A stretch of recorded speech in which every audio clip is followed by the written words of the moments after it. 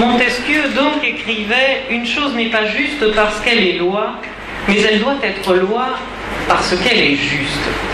Partant de ce premier postulat, partant de cette hypothèse de départ, je vais m'employer à vous démontrer comment cette idée de Montesquieu va pouvoir rayonner jusqu'au... C'est la conception moderne, ce que l'on appelle maintenant le management éthique. L'idée de Montesquieu, comme je viens de le dire, est la suivante. L'individu opère en permanence une réflexion sur sa propre personne. C'est pour cela que la personne qui est assise au milieu de l'assemblée va arrêter de bailler ostensiblement par justement ce souci d'esthétique. Dès lors, la conception éthique, l'image qu'elle a d'elle-même, est avant tout fonction de l'essence même de sa personne. C'est parce que vous voulez présenter une bonne image de vous-même que vous allez vous tenir correctement et que vous allez faire ou ne pas faire certaines choses. Eh bien, l'éthique économique se place dans cette considération esthétique. C'est parce que la personne comprend très bien que son rôle premier et fondamental d'acteur économique, nous sommes tous des acteurs économiques, vous achetez, peut-être même vendez-vous des choses, vous êtes des consommateurs, vous êtes donc engagés en permanence dans les jeux économiques. C'est parce que vous êtes un acteur économique que vous allez être appelé à préférer, par exemple, certains produits qui correspondent à vos considérations personnelles. Par exemple, préférerez-vous acheter du pagne ivoirien, fabriqué en Côte d'Ivoire, fabriqué à partir de teintures naturelles, par exemple, qui permettent à un village de paysans de vivre, plutôt qu'aller acheter un pagne fabriqué en Asie? Ce choix entre les deux, ce positionnement, votre identité fait que vous préférez acheter un pagne ivoirien qui correspond mieux à vos attentes plutôt qu'un pagne venu de l'extérieur. C'est une considération éthique. Comme je vous l'ai dit, l'éthique, dans son sens premier, est intrinsèquement liée à une considération d'esthétique personnelle. L'esthétique personnelle, chez Montesquieu notamment, va guider tous les choix de l'individu. Et c'est en cela qu'il explique qu'une loi n'a pas à être juste par elle-même, l'État n'a pas à dire ce qui est juste et ce qui est contraire à l'idée de justice, mais plutôt à aller dans le sens de lois que le peuple considère comme justes. La loi n'est plus, et c'est exactement pareil en éthique, le système de référence, lorsqu'il sanctionne, n'a pas à venir avant les individus. Ce n'est pas, par exemple, à moi de vous dire ce que vous avez à faire ou ne pas faire et que vous en déduisiez ce qui est éthique ou pas. Vous êtes à peu près tous des adultes, vous êtes au moins capables, sans avoir atteint la majorité, d'avoir une réflexion personnelle, et je vous invite à le faire. C'est la différence entre un citoyen et simplement une personne qui est là et qui attend l'appui. Vous devez être capable de comprendre que l'éthique est une démarche fondamentale, elle est une réflexion personnelle, par principe, que la personne va orienter vers ses choix et ses décisions. L'idée d'éthique chez Montesquieu est donc, comme je vous l'ai répété, est donc de se demander au départ d'où vient l'idée de justice. L'écho que cette pensée trouve, son origine plutôt, étant chez Anaxagore de Clazomène, qui est un philosophe du 8e siècle avant Jésus-Christ, un philosophe de l'Antiquité grecque, ce qui fera dire, comme je vous l'ai expliqué à Platon, le beau et l'éclat du bien. Par le beau et l'éclat du bien, Platon va affirmer, et c'est l'idée que vous devez retenir, puisque la citation est la plus courte aussi, le beau et l'éclat du bien, cela signifie qu'un comportement éthique, qu'un comportement moral a avant tout une considération esthétique. Ces auteurs-là, Platon notamment, dira que la personne qui a un comportement éthique, un comportement harmonique, une recherche esthétique permanente, va se placer au-dessus de ce qu'il appelle le sauvage. Le sauvage et le barbare étant considéré comme une personne incapable d'avoir une réflexion sur son propre individu et qui va se laisser simplement porter par ses instincts. L'idée en éthique économique est fondamentale.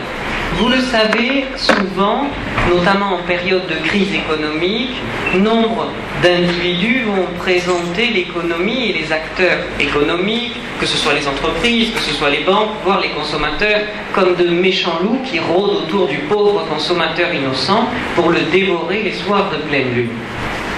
Cette idée-là reprend ce que je viens de vous dire, à savoir que soit le consommateur et les acteurs économiques agissent comme des barbares. Ils n'ont pas de réflexion sur leur domaine.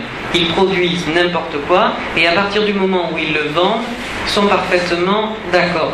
C'est par exemple un industriel qui produirait des médicaments sachant qu'ils sont toxiques, mais qu'il vendrait quand même moins cher, sachant qu'à partir du moment où il les vend, sa responsabilité s'arrête. S'il se comporte comme un sauvage, s'il n'a pas de considérations éthiques, eh bien, il va se dire, les gens veulent des médicaments, je vais produire des médicaments, à partir du moment où je trouve un marché pour les écouler, il n'y a pas de problème. C'est leur responsabilité. Mes médicaments sont toxiques, ce n'est pas moi qui les force à les acheter. Vous êtes là, vous avez acheté, vous êtes responsable, je n'ai pas de responsabilité. La considération éthique va apparaître réellement, va s'affirmer davantage depuis la crise économique partie des États-Unis, vous le savez, la crise des subprimes, avec le système de ce qu'on appelle les créances pourries, les États et les banques achetant et vendant des créances fabriquées à partir d'autres créances. Quand le système s'effondre, l'économie s'effondre avec.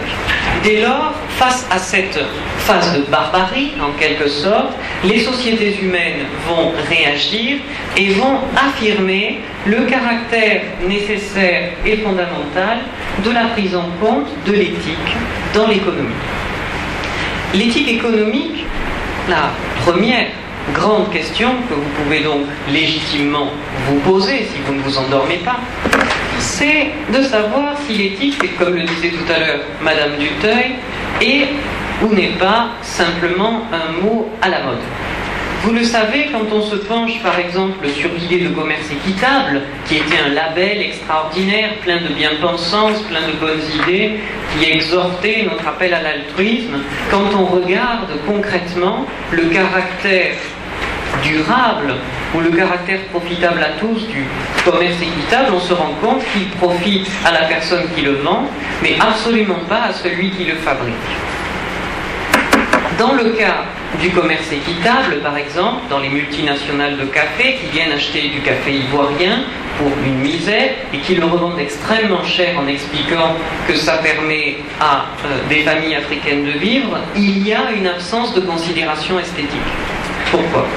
Et donc, de fait, une absence de considération éthique. Parce que quand vous regardez une très grande firme, une firme internationale, une société qui a des implantations partout dans le monde.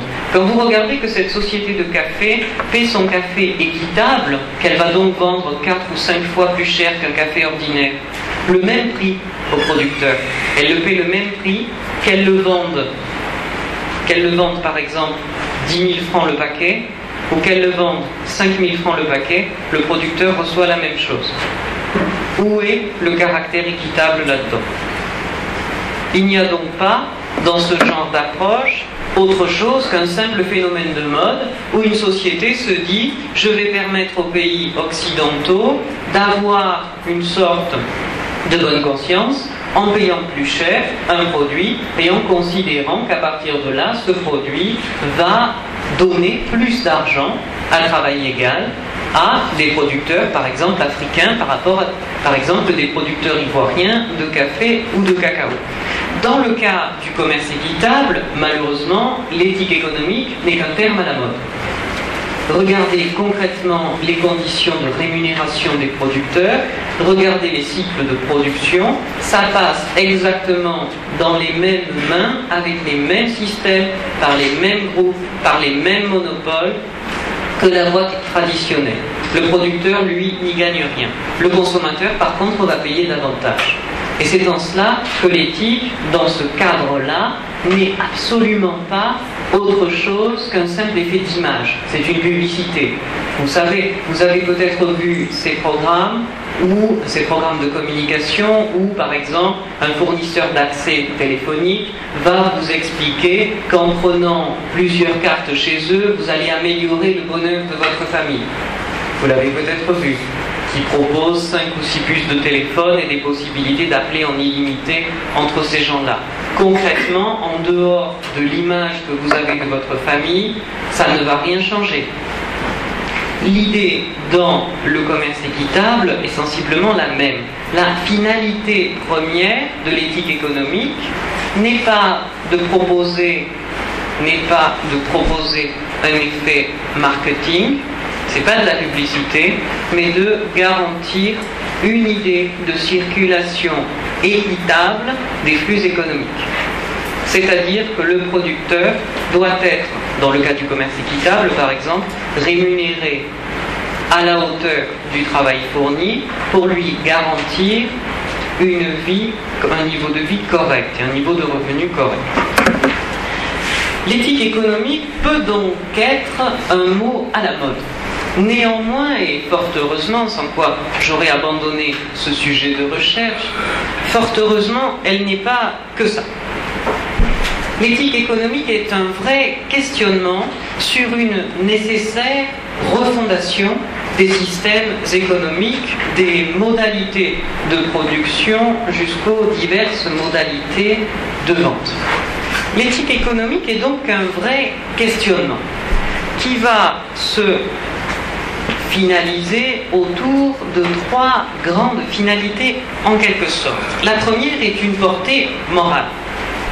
L'éthique économique affirme ou réaffirme un ensemble de considérations morales, considérant par exemple que le consommateur n'est pas uniquement un consommateur, mais qu'il est un agent économique complet, c'est-à-dire que par l'acte d'achat, vous allez envoyer un ensemble de messages aux producteurs.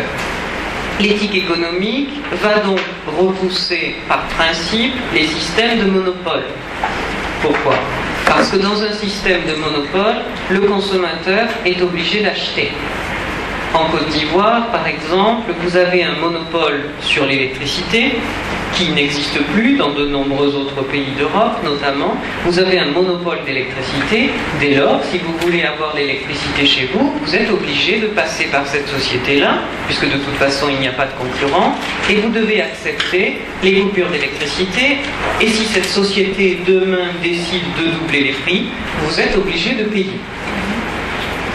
Dans un cadre de monopole, il ne peut pas y avoir de considération éthique, puisque de toute façon, vous êtes obligé d'acheter. Partant de ce principe, l'éthique économique va dire que le consommateur, parce qu'il achète, parce qu'il paie, on ne lui fait pas de charité, va pouvoir décider. C'est ça le fondement de l'éthique économique, c'est de rappeler au consommateur qu'il a son mot à dire jusque dans la production et les modalités dans lesquelles les produits sont fabriqués. Vous avez peut-être entendu parler de cette grande marque de chaussures qui avait délocalisé ses usines en Chine et qui faisait fabriquer ses baskets, vendues à peu près 200 ou 250 € en France, les faisait fabriquer en Chine par des enfants. Pourquoi ? Parce que les enfants travaillent plus et parce qu'ils ne coûtent pas cher. Moralement, c'est plus que condamnable. Eh bien, cette société a été dénoncée dans les médias occidentaux et les consommateurs qui achetaient ces chaussures, pensant qu'elles donnaient du travail aux gens, ce qui n'est pas fondamentalement faux, ont décidé de boycotter. Les consommateurs trouvaient qu'acheter des chaussures fabriquées par des enfants dans un pays du tiers-monde, c'est ignoble. Et donc ils ont arrêté d'acheter. Au bout d'un moment, on imagine assez bien le directeur recevant une courbe de vente. Donc la courbe monte, il n'y a pas de problème. La courbe des bénéfices monte. Pourquoi ? Parce qu'il a baissé le prix du travail. Là, vous produisez en Europe. Là, vous produisez en Chine.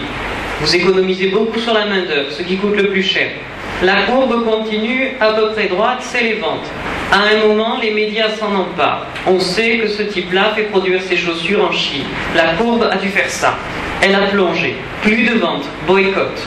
Pendant 2 semaines, il n'a vendu aucune paire de chaussures. Pendant ce temps, il devait continuer à payer les loyers, continuer à payer ses employés. Si ça avait continué 2 ou 3 semaines de plus, cette entreprise-là n'aurait plus assez d'argent, elle aurait dû fermer. Automatiquement, il y a eu une sanction parce que les consommateurs ont décidé que l'éthique économique était fondamentale, elle était fondamentale, et il a dit stop.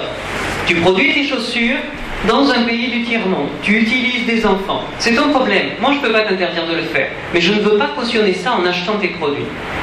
Plus personne n'achète. Qu'a fait le fabricant?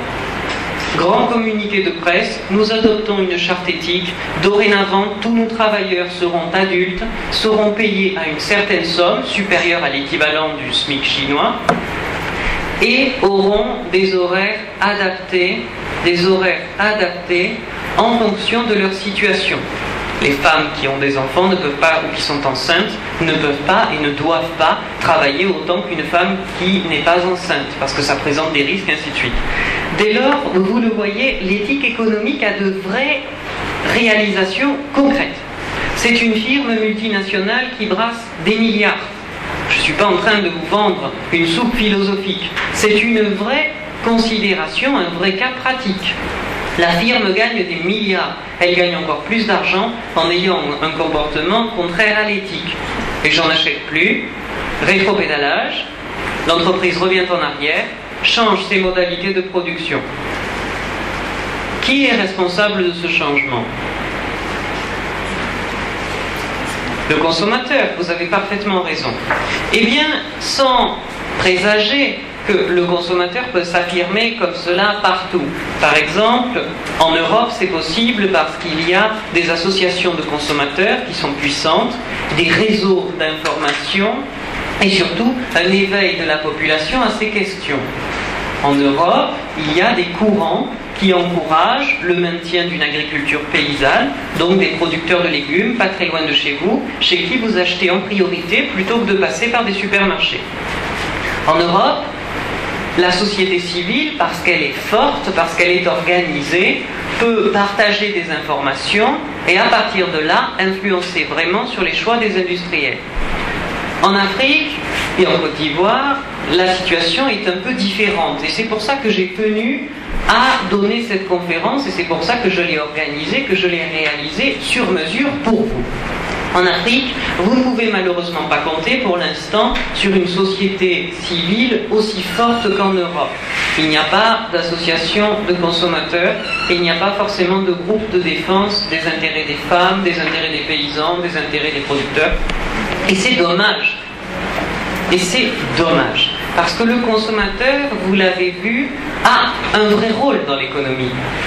Vous n'avez pas à agir comme un esclave de vos besoins, comme un barbare qui accepte ses pulsions. Vous avez faim, vous mangez n'importe quoi. Vous devez vous habiller, vous mettez n'importe quoi. Vous n'avez pas à passer par ce système-là.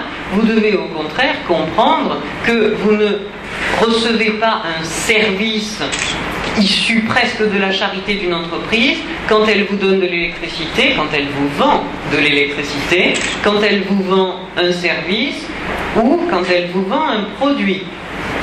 Vous n'avez pas à considérer qu'à partir du moment où l'électricité arrive jusque chez vous, vous devez accepter que 5, 6, 7 fois dans le mois, il y ait des coupures.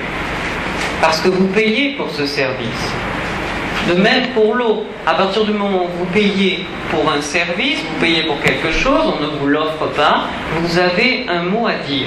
L'intérêt de cette conférence est donc non pas de vous encourager à une sorte de révolte, ce n'est pas du tout ma finalité, je n'ai jamais appliqué cette méthode et je ne l'appliquerai jamais, mais simplement à vous encourager à réfléchir à cette approche-là et à vous renseigner un minimum sur ce que vous achetez.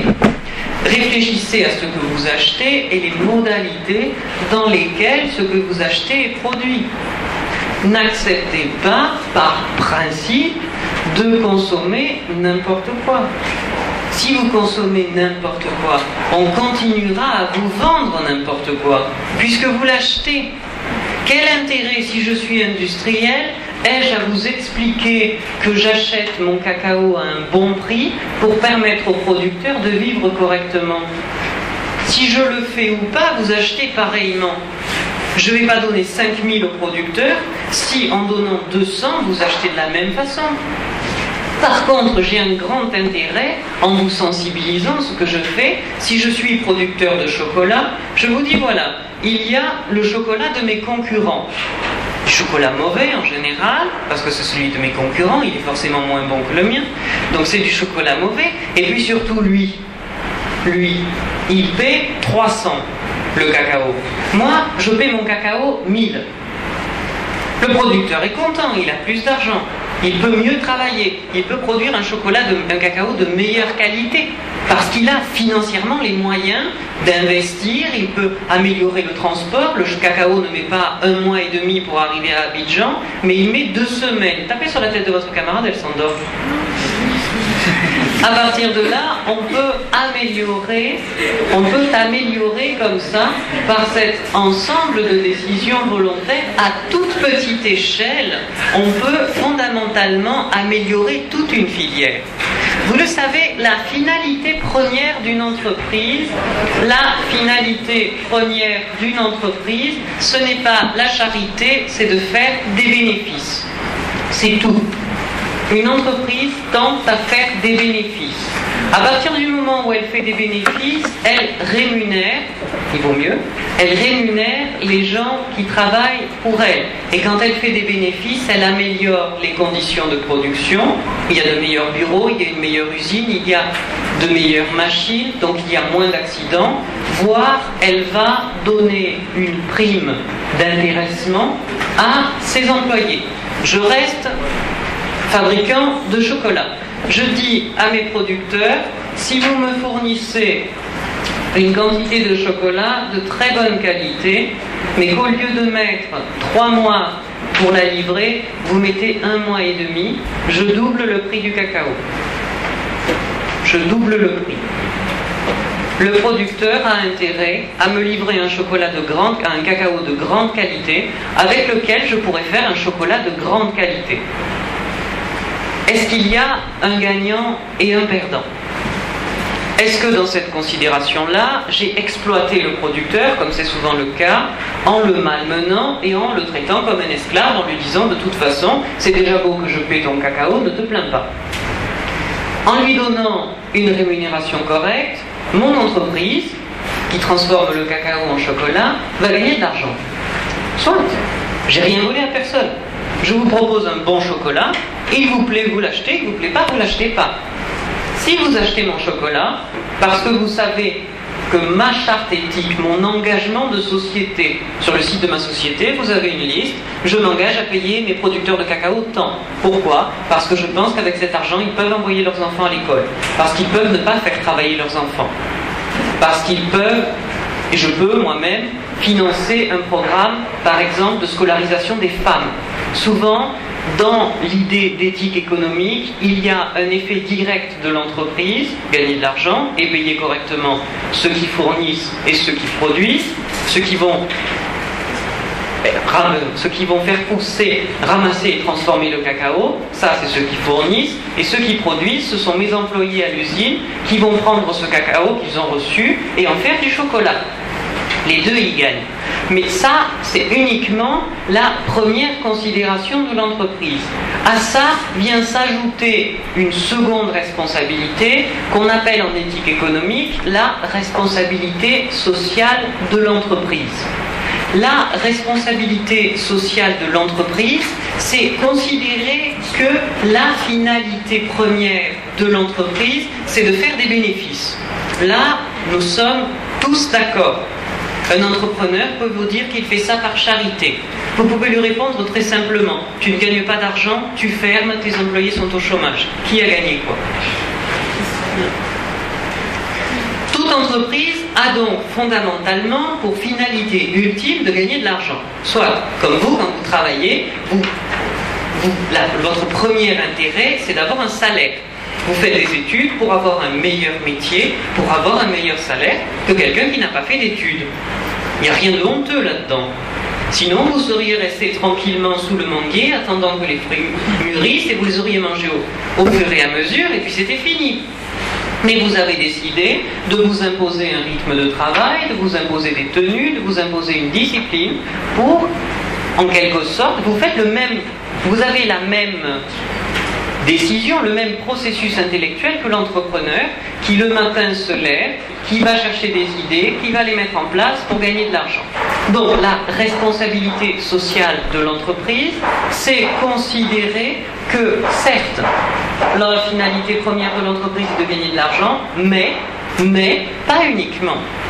Pas uniquement parce que l'entreprise n'est pas composée que de machines. L'entreprise, avant tout, ce n'est pas une structure, ce n'est pas un bâtiment, des machines, des outils ou Dieu seul sait quoi, ce sont des individus. La responsabilité sociale de l'entreprise, c'est dire que faire des bénéfices est nécessaire et fondamental, mais que vous ne pouvez pas, si vous voulez que votre entreprise dure dans le temps, en faire une sorte de machine d'exploitation. Que la finalité de l'entreprise, c'est de faire des bénéfices, mais qui vont profiter à tous les acteurs de la filière. À partir de là, la responsabilité sociale de l'entreprise va axer sa réflexion profonde sur comment améliorer les processus de production, de meilleures machines, des conditions moins pénibles, avec surtout comment améliorer ma production, je viens de vous le dire, mais aussi la qualité du travail des gens. La première richesse d'une entreprise, ce n'est pas son capital social, ce n'est pas son patrimoine mobilier et immobilier, ce n'est même pas les brevets qu'elle possède. La plus grande richesse de l'entreprise, ce sont les hommes qui la composent, les hommes et les femmes qui la composent. À partir de là, la responsabilité sociale de l'entreprise va rappeler que l'entreprise a tout intérêt, le chef d'entreprise a tout intérêt à porter un regard permanent sur ses employés pour leur donner les moyens de se dépasser sans cesse. Est-ce que c'est de l'altruisme gratuit? La réponse est claire, non. Ce n'est pas de l'altruisme, ce n'est pas de la charité. Je ne vais pas dire à mes employés, j'ai gagné 100 000, je vais vous donner 10 000 chacun. Là, vous pouvez les encourager un petit moment, mais ça ne dure pas. Il prend ses 10 000, et puis c'est fini. Ce n'est pas de la responsabilité sociale de l'entreprise. Par contre, si je suis chef d'entreprise, je gagne 3 milliards de plus que l'année d'avant. Je dis à mes employés, vous avez bien travaillé. Avec ces 3 milliards, je vais installer des clims dans les bureaux, je vais vous donner de meilleurs ordinateurs, je vais vous donner de meilleures conditions de travail, et je vous donne par exemple 3 jours de congé en plus. C'est non négligeable. L'année d'après, il est probable encore qu'au lieu de gagner 3 milliards, j'en gagne 5. Est-ce que j'ai augmenté mon personnel? Est-ce que j'ai plus de gens? Non. Est-ce que j'ai agrandi mes bâtiments? Non. Est-ce que j'ai changé quelque chose fondamentalement? Oui. Oui. Parce qu'au lieu de chercher simplement à améliorer les machines, j'ai compris que le vrai capital, celui que je peux développer pour pas si cher que ça, et que je peux développer presque exponentiellement, je peux toujours l'améliorer, c'est le capital humain. Et ça, c'est la considération de la responsabilité sociale de l'entreprise. C'est de dire qu'un chef d'entreprise qui va financer, par exemple, la formation de ses employés. Vous avez des ouvriers, vous allez faire venir un formateur qui va permettre à ces ouvriers de développer leurs connaissances. Ça se fait tous les jours en Europe.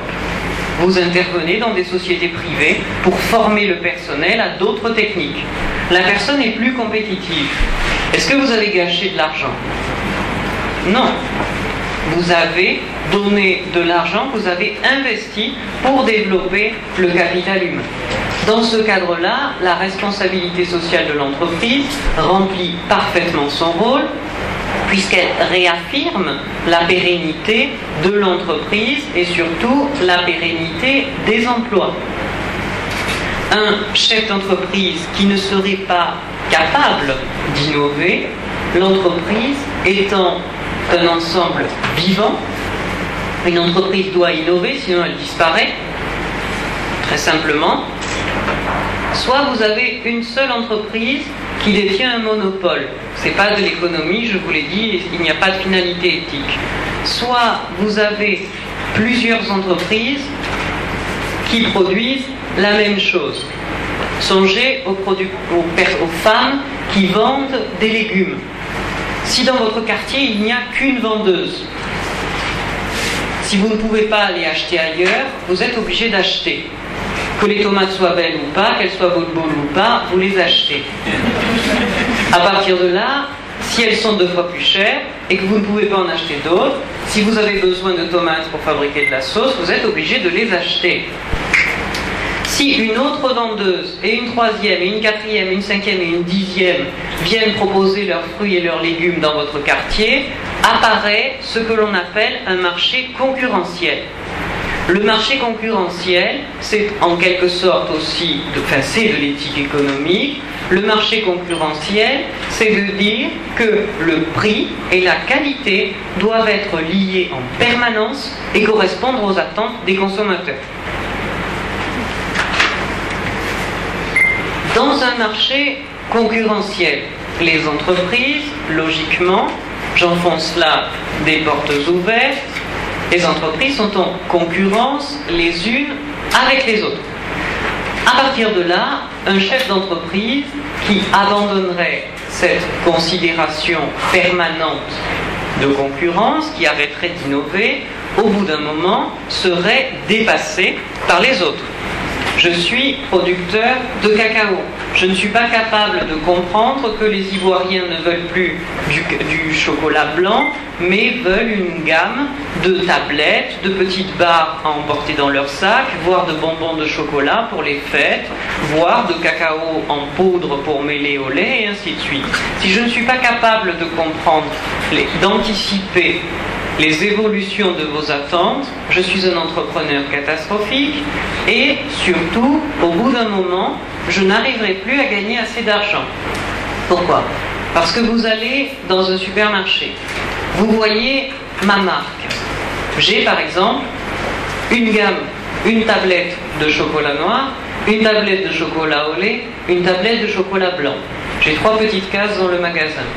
Mes concurrents, eux, déclinent le même chocolat que moi, noir au lait et blanc, mais dans 20 ou 30 produits différents. Ils proposent des tablettes, ils proposent des mini-tablettes, ils proposent du chocolat sur des biscuits, des bonbons de chocolat et ainsi de suite. Lequel allez-vous choisir ? Vous allez être tourné naturellement, parce que matériellement il y en a davantage, vers la gamme de produits la plus étendue. Donc si je ne m'adapte pas, le marché va me sanctionner. C'est le même principe que le fabricant de chaussures en Chine qui utilise des enfants. Les consommateurs ne vont plus acheter mes produits. Parce que les consommateurs n'achètent plus mes produits, à terme, mon entreprise va fermer.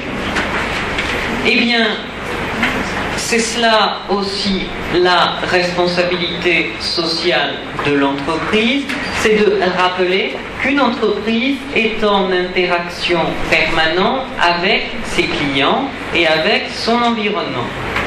Le chef d'entreprise a donc une vocation à l'anticipation et à l'innovation.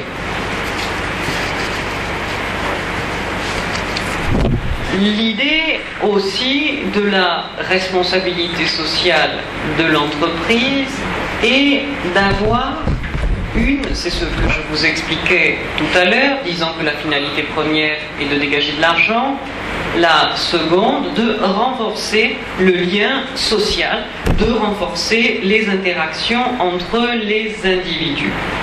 La responsabilité sociale de l'entreprise, l'éthique économique en entreprise, va pour cela avancer une grande idée, c'est la rédaction de chartes éthiques.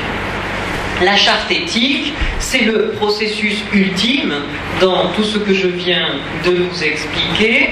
C'est une sorte de constitution de l'entreprise, une liste d'éléments qui vont affirmer ou contredire des choses qui pourraient être faites ou qui peuvent et ne doivent pas être faites. Par exemple, je m'engage à rémunérer, dans ma charte éthique, je m'engage à rémunérer correctement mon personnel.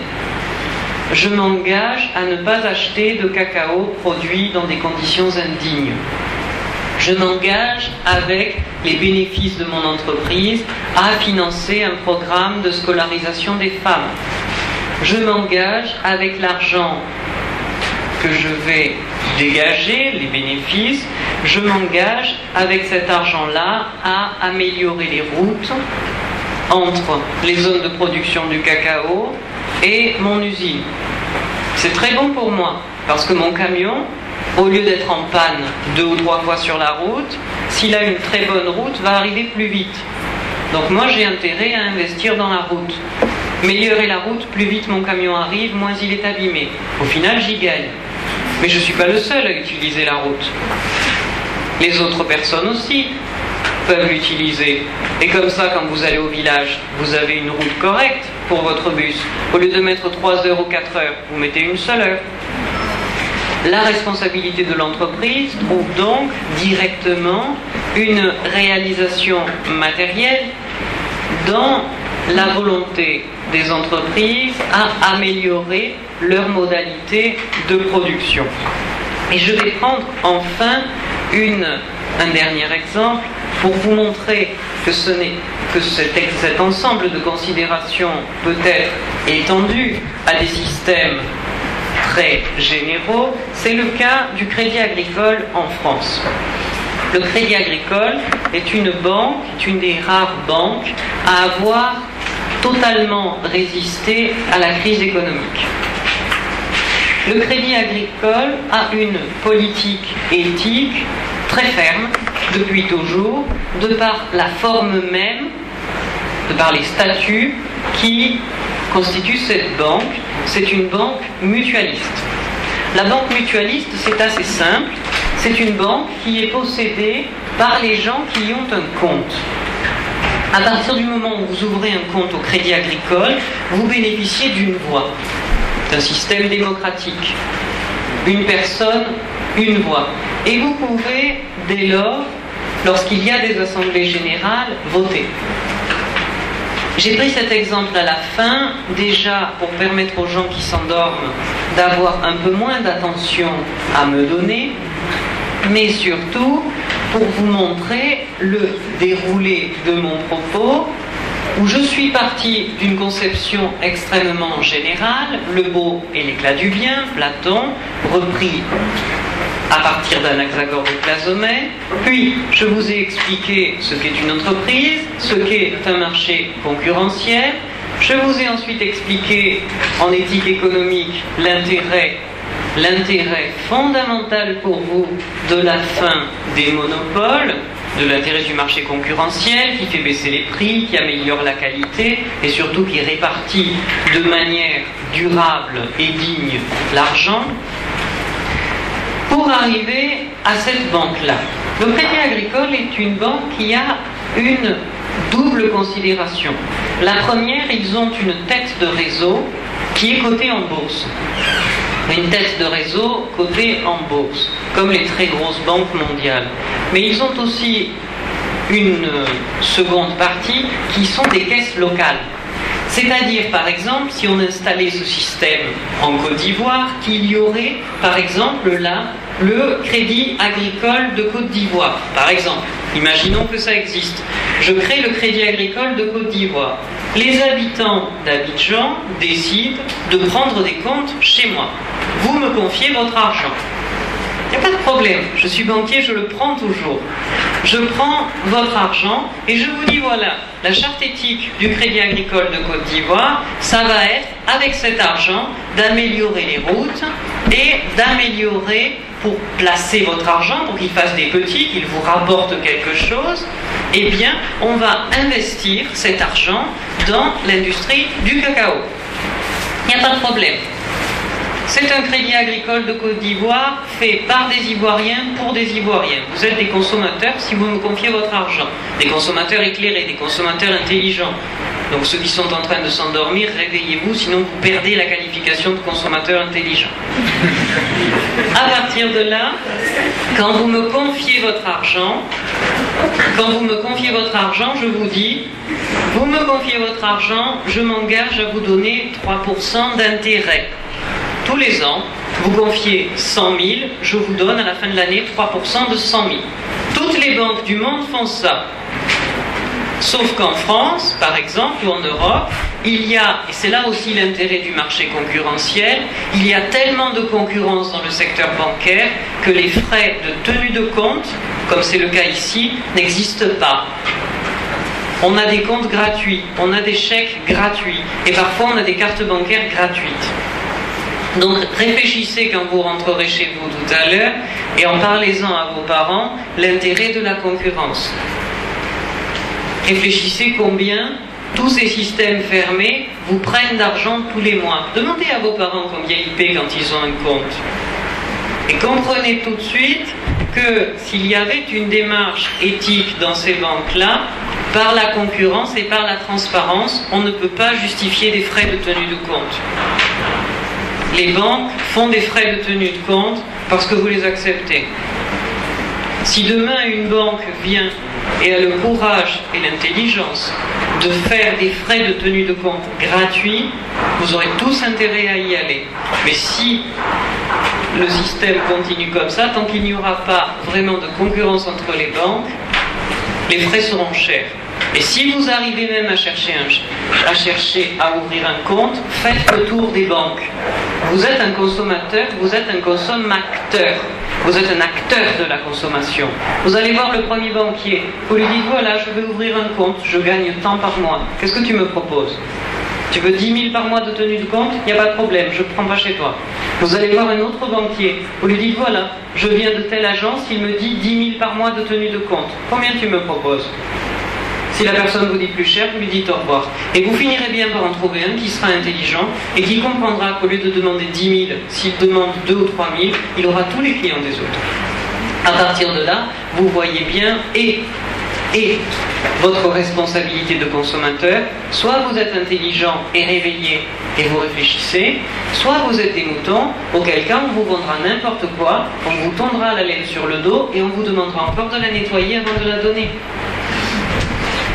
À partir de là, la finalité première de l'éthique économique appliquée au monde de l'entreprise est la sensibilisation des individus à leur caractère actif dans la société. Actif dans la société comme société économique, l'entreprise, mais aussi actif au sens large dans la consommation et dans la vie en groupe. Si vous acceptez de manger n'importe quoi, de consommer n'importe quoi, à partir du moment où on vous le vend, il est certain que les mentalités des gens qui produisent ne changeront pas. À partir de là, revenons au crédit agricole. Si on crée le crédit agricole de Côte d'Ivoire et que je vous explique que je peux vous donner 3% de bénéfices par an, 3% d'intérêt, parce que je prête l'argent aux petits producteurs, est-ce que ça vous encourage à venir? Il y a deux possibilités pour qu'une banque gagne de l'argent. Soit elle investit sur les marchés financiers, donc vous ne savez absolument pas sur quoi elle investit, vous pouvez gagner, vous pouvez perdre. De toute façon, c'est tout pour vous, vous êtes les clients, vous payez. Soit je m'engage à investir votre argent sur une valeur réelle, je prête de l'argent aux producteurs de cacao qui sont pas loin de chez vous, je leur prête votre argent, ils me remboursent 5% par an, par exemple, je prends 2% pour la banque, je vous donne 3%. Qu'est-ce que vous préférez? en prêtant aux producteurs ivoiriens, par exemple, dans un système de responsabilité sociale de l'entreprise et de la banque, vous êtes sûr d'apporter une vraie solution au problème de sous-développement, par exemple. Et c'est en cela que l'éthique économique de l'entreprise peut avoir un vrai pouvoir de levier. Vous pouvez parfaitement décider, par une société civile forte et organisée, de négocier des choses et de faire reculer des groupes. Vous demandez 10 000 de frais de tenue de compte. Notre association, 20-30 000 consommateurs, il n'y a pas de problème. On met un mot sur le siège de notre association, n'allez pas dans cette banque, les frais de tenue de compte sont trop élevés. Vous le faites à une première banque, vous le faites à une deuxième banque, je vous parie qu'à la troisième, tous les frais vont baisser. C'est ce qui s'est passé avec les opérateurs de téléphone ici. Quand les premiers téléphones portables sont arrivés, à combien était la minute? Et combien payez-vous maintenant? Si demain je vais négocier avec les pouvoirs africains, je leur dis, il n'y a pas de problème, écoutez, on va faire simple, je veux un monopole sur le téléphone portable. Je vais facturer 300 € la minute, il y a 200 € pour votre entreprise et 100 € pour la corruption. J'arrive à avoir mon monopole. Est-ce que vous pouvez trouver une autre solution si je suis le seul? Donc vous voyez, là encore, et la responsabilité sociale de l'entreprise, et l'importance de l'éthique économique, et surtout l'importance fondamentale que vous avez à jouer en tant qu'acteur économique, en tant que créateur de richesse. En achetant, vous créez de la richesse, mais aussi en tant que personnes qui vont orienter les productions. Et je vais conclure sur une phrase que je vous invite à méditer. Pour faire de grandes choses,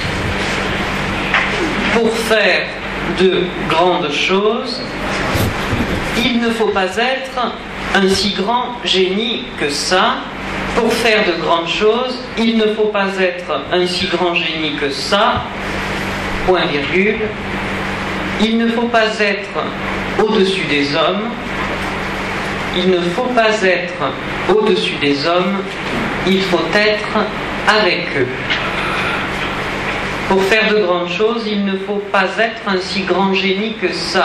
Pour faire changer les choses, vous n'avez pas besoin d'être l'envoyé de Dieu sur terre, de marcher sur l'eau et de séparer les fleuves en deux. Vous n'avez pas non plus besoin d'être un empereur universel tout-puissant qui peut faire tuer les gens en un claquement de doigts. Il suffit simplement que vous replaciez l'homme à sa juste place, que vous vous replaciez à votre juste place, ni au-dessus, ni en dessous des autres. Et c'est là la seule portée de mon enseignement. N'oubliez pas que le plus petit des consommateurs ne vaut ni plus ni moins que celui qui peut dépenser beaucoup plus cher. Je vous remercie.